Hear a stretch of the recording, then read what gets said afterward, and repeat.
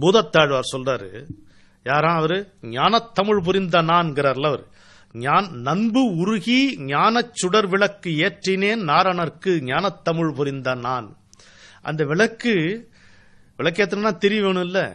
என்ன திரி? எதை திரியாக வச்சாராம் அவரு? இன்பு உருகு சிந்தை இடு திரியாய். சிந்தையை வச்சாராம். இன்பு உருகு சிந்தை, இன்பம் உருகக்கூடிய சிந்தையை, ரயட் ஆஃப் பிளிஸ் அதைத்தான் வச்சார். எப்பவும் ஆனந்தமயமாக இருக்கிறது.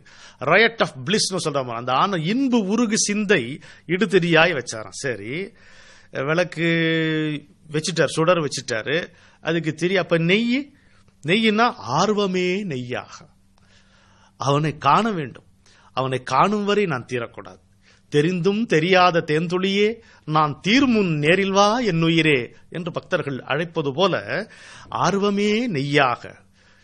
அப்ப நெய்க்கு எதியா பாத்திரம்? எது விளக்கு? அன்பே தகலியாங்க. அன்புதான் அந்த விளக்கு. அன்பு. அந்த விளக்கை விட்டு திரி நெய் சுடர் பிரிக்க முடியுமா? அன்பே தகலியா ஆர்வமே நெய்யாக இன்புருகு சிந்தை எடுத்திரியா நண்புருகி ஞானச் சுடர் விளக்கு ஏற்றினேன் நாரணர்க்கு ஞானத்தமிழ் புரிந்த நான் என்று பூதத்தாழ்வார் பொங்கி பொங்கி பாடுகிறார். திருவாசகத்துல இந்த அன்புக்கு நம்ம இன்னும் யார், எந்த சிவனடியார சொல்லலாம்? எத்தனையோ பேரை சொல்லலாம். உடனே நம்ம கண்முன் தெரிவது யார்? கண்ணப்பன். கண்ணப்ப நாயனார் தான் நம்முடைய கண்முன் தெரிகிறார்.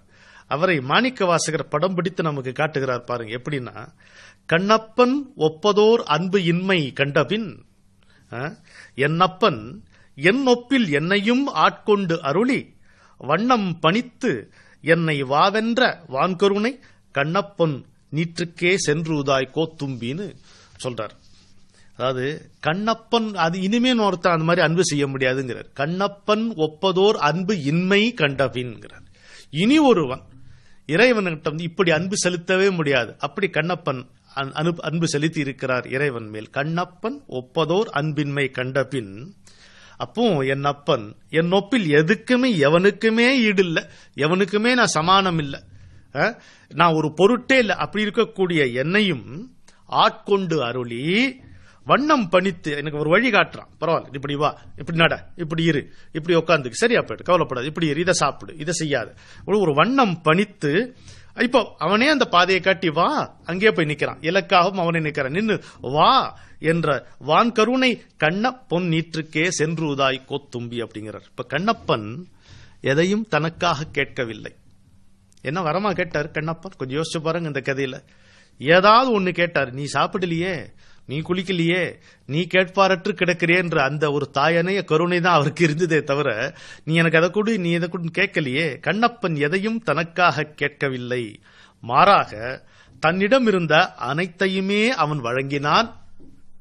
அதோடு மட்டுமல்ல, தன்னையும் வழங்க தலைப்பட்டார். கண்ணையே பிடுங்கி கொடுத்தாரு, உயிரையே கொடுக்க சித்தமா இருந்தாரு நாயனார் இல்லையா?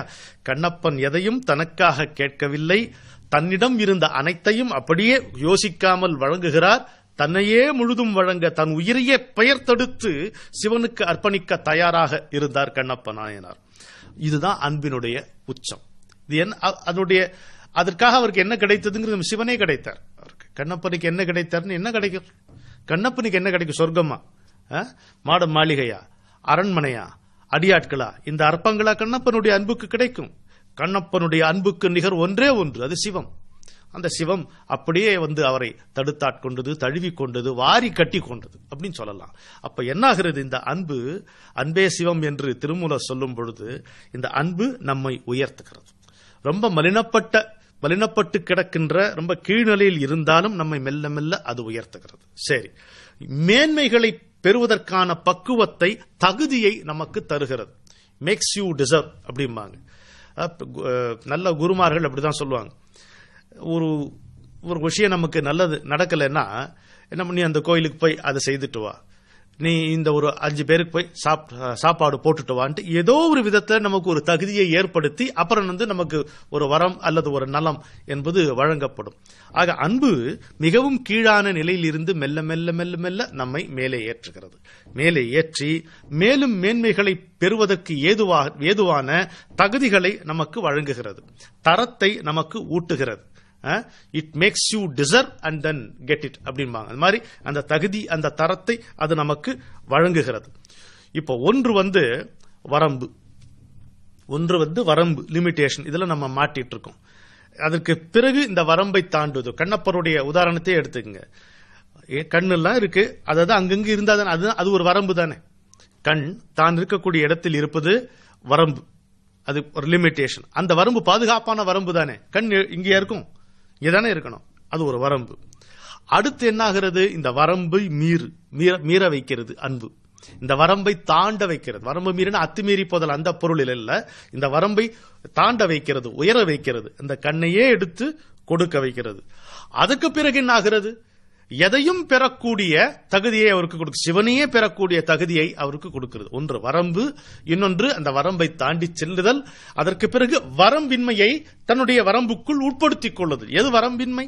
சிவம் வரம்பின்மை. எந்த வரம்புக்கும் உட்படாத மகத்தான சக்தி சிவம், இறை சிவம். அந்த வரம்பின்மையை தன் வரம்புக்குள் இருந்து வரம்பை மீறி பெற வைக்கிறது அன்பு. அதுதான் அன்பே சிவம் என்கின்ற சொற்றொடரின் உட்குறிப்பு. இப்ப நம்ம என்ன புரிந்து கொள்கிறோம்? இதே பார்ப்போம். அன்பை நமக்குள் வைத்தான், அருளே அவனாய் நிறைந்தான், இன்பம் துன்பம் இரண்டும் காட்டி இடையில் நிலையாயிருந்தான். இன்பமும் காட்டுறான், துன்பமும் காட்டுறான். இன்பம் துன்பமாக முடிவதையும் காட்டுறான். இதை காட்டி நான் இன்பத்திலையும் இல்ல தம்பி, துன்பத்திலையும் இல்ல, நடுவில் இருக்கிற நிலை, இடையில் நிலையாய் இருந்தான் சிவன். நிலைனா ஒரு மனநிலைன்னு சொல்றோம், இது ஒரு நிலைங்கிற ஒரு மாறக்கூடியது நிலை அப்படின்ற ஒரு பொருள் வருகிறது. அதாவது ஸ்டேட் ஆஃப் மைண்ட் சொல்லக்கூடிய நிலைன்னு. ஆனா இங்க அப்படி இல்ல, நிலையில் இருந்தான், அவன் நிலையாத்தான் இருக்கு. இன்பத்துக்கும் துன்பத்துக்கும் நடுவிலே என்றும் நிலையாக நிற்பவன் சிவன், என்றும் நிலையாக இருப்பவன் தான் இறைவன். எனவே அன்பை நமக்குள் வைத்தான், அருளே அவனாய் நிறைந்தான், இன்பம் துன்பம் இரண்டும் காட்டி இடையில் நிலையாய் இருந்தான், அன்போடு அவனை அழைக்க அருளாய் அவனே இறங்க. எப்படி இருக்கு பாருங்க. அன்போடு அவனை அழைக்க அருளாய் அவனே இறங்க, இன்பம் துன்பம் தீர இறை எது நரம் எது சொல்வீர். இல்ல எது மனுஷன் எது கடவுள்னு பிரிக்க முடியுமா? பிரிக்க முடியாது. மனிதன் என்பவன் தெய்வமாகலாம், வாரி வாரி வழங்கும் போது வள்ளலாகலாம், வாழை போல தன்னை தந்து தியாகியாகலாம், உருகியோடும் மெழுகு போல ஒளியை வீசலாம். மனிதன் என்பவன் தெய்வமாகலாம், தெய்வமாகலாம். இது கண்ணதாசனுடைய பாட்டு. உருகியோடும் மெழுகு போல ஒளியை வீசலாம். அதுக்கு பொருள் பாருங்க, உட்பொருள். உருகினா தான் ஒளியை வீச முடியும், மெழுகு இல்லையா? அதனால்தான் என் அன்புருக்கி இறைவனை ஏத்துமின்கிறார். அன்புருக்கி இறைவனை ஏத்துமின், முன் அன்புருக்கி முதல்வனை நாடுமுன்ற பாட்டுக்கு எவ்வளவு பொருள், அப்படியே பரிமாணம் விரிஞ்சுக்கிட்டே போது பாருங்க. அன்பை நமக்குள் வைத்தான், அருளே அவனாய் நிறைந்தான், இன்பம் துன்பம் இரண்டும் காட்டி இடையில் நிலையாயிருந்தான், அன்போடு அவனை அழைக்க அருளாய் அவனே இறங்க, இன்பம் துன்பம் தீர இறை எது நரம் எது சொல்வீர். இப்போ சிவனுடைய சந்நிதிக்கு முன்னால் நந்தி இருப்பதை காண்கிறோம். ஒரு கணம் கூட சிவனை பிரியாமல், சிவனை தவிர வேற எதையும் காணாமல், காண விரும்பாமல், கண்கொட்டாமல் அப்படியே அசையாமல் அமர்ந்திருக்கிறது நந்தி. இந்த நிலையை அன்பு கொடுக்கும். இந்த நிலையை அன்பு நமக்கு கொடுக்கும். அன்பே சிவம் என்பது. இப்போ நந்தியை நீங்க நமச்சிவாயினிடமிருந்து பிரிக்க முடியுமா? பிரிக்க முடியுமா சொல்லுங்க. நந்தியை நமச்சிவாயினிடமிருந்து பிரிக்க முடியுமா? ஒரு சிவலிங்கம்னா ஒரு நந்தி சேர்ந்துதானே இருக்கும். அது பிரிச்சு இருக்கிறது கற்பனை கூட நம்மால செய்து பார்க்க முடியாது. அந்த கற்பனையே அபஸ்வரம் அல்லவா? அப்படி இருக்கிறது. அந்த நிலைக்கு நம்மை அன்பு கொண்டு போய் சேர்க்கும் என்று திருமூலர் நமக்கு தெளிவாக காட்டுகிறார். இறைவன் நமக்கு ஏற்படுத்தி கொடுத்திருக்கிற மிகப்பெரிய வசதி என்ன தெரியுமா? அவன் வெளியே போய் தேட வேண்டாம், உள்ளே இருக்கிறான் இறைவன்.